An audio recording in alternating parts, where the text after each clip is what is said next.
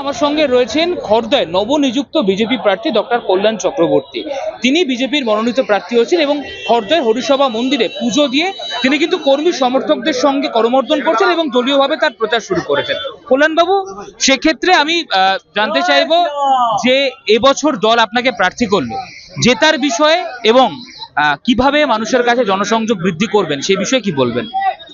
প্রথমেই বলি, রবীন্দ্রনাথের কথা, নিশিদিন ভরসা রাখিস, হবেই হবে, ওরে মন হবেই হবে।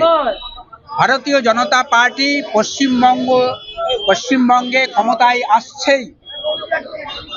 আমরা মানুষের পালস বুঝেছি, মানুষের ইচ্ছে আমরা অনুভব করেছি। মানুষ আমাদের সঙ্গে আছেন, মানুষ ভোট দিতে চান, মানুষ জনতা পার্টিকে তাদের ভক্তির অর্ঘ্য তুলে দিতে চান, মানুষ সঙ্গে থাকতে চান। এই বার্তা পেয়ে গেছি অনেক দিন আগে থেকেই। রহরা খড়দার সঙ্গে আমার দীর্ঘ দিনের সম্পর্ক, এখানেই বেড়ে ওঠা। এখানে সব মানুষকেই আমি আমার নিজের মানুষ, নিজের ঘরের মানুষ বলে মনে করি। এই সমস্ত মানুষ দল মত নির্বিশেষে আমার সঙ্গে থাকবেন এবং খড়দার উন্নয়নে সামিল হবেন বলেই আমার বিশ্বাস।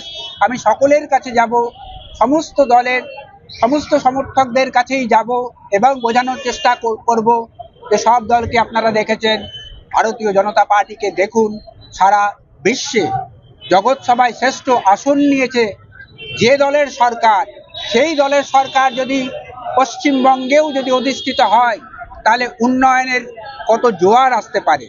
বলছি যে কল্যাণবাবু, সেক্ষেত্রে টিএমসি থেকে দেখা যাচ্ছে একজন সাংবাদিক প্রার্থী, তিনি খড়দয়ের ঘরের ছেলে দেবদীপ পুরোহিত, তাকে করেছে দেবজ্যোতি দাস, অন্য থেকে সিপিআইএম প্রার্থী। সেক্ষেত্রে আপনার কাছে লড়াইটা কতটা কঠিন? এই খড়দার মাটি দীর্ঘদিনের শক্ত ঘাঁটি টিএমসির ইতিমধ্যেই রয়েছে।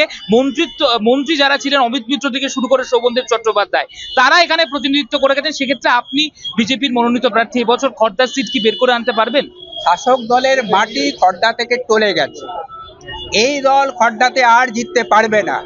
মানুষ সিদ্ধান্ত নিয়ে ফেলেছে, যত বড় শক্তিই এখানে দাঁড়াক না কেন, খড়দাতে বিজেপির জয় কেউ আটকাতে পারবে না। জেতার বিষয়ে কতটা আশাবাদী? একদম 100% আমরা জিতবো, মানুষকে সঙ্গে নিয়ে জিতবো।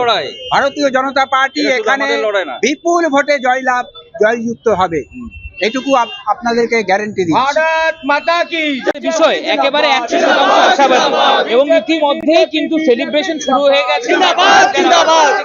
এখন দেখার বিষয় আগামী দিনে কতটা ফলপ্রসূ হয়।